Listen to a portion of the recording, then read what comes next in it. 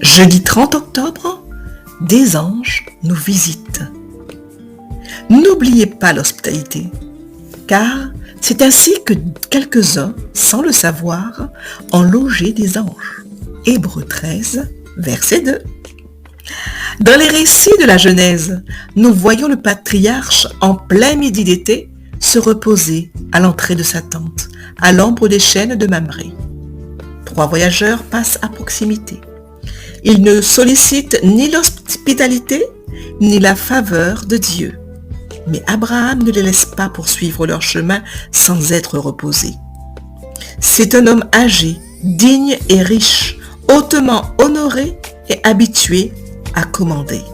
Pourtant, à la vue de ces étrangers, il courut à leur rencontre depuis l'entrée de la tente et se prosterna jusqu'à terre.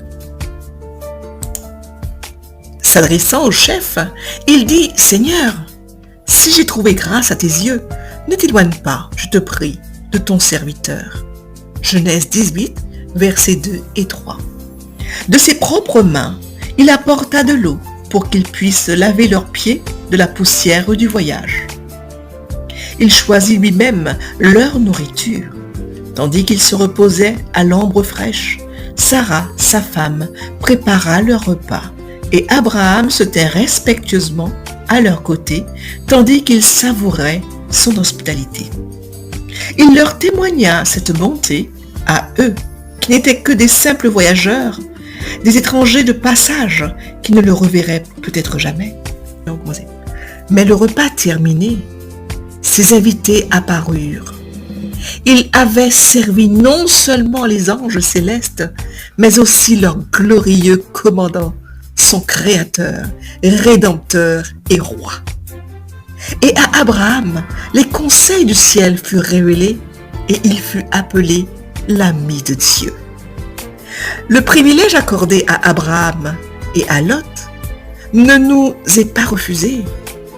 En offrant l'hospitalité aux enfants de Dieu, nous aussi nous pouvons accueillir ces anges dans nos demeures. Même de nos jours, des anges sous forme humaine entrent dans les foyers des hommes et sont reçus par eux. Et les chrétiens qui vivent dans la lumière de la face de Dieu sont toujours accompagnés d'anges invisibles. Et ces êtres saints laissent derrière eux une bénédiction dans nos foyers. Amen. Témoignage pour l'Église, volume 6, pages 341 et 342. Je te souhaite une très bonne journée, sous le regard béni de Dieu.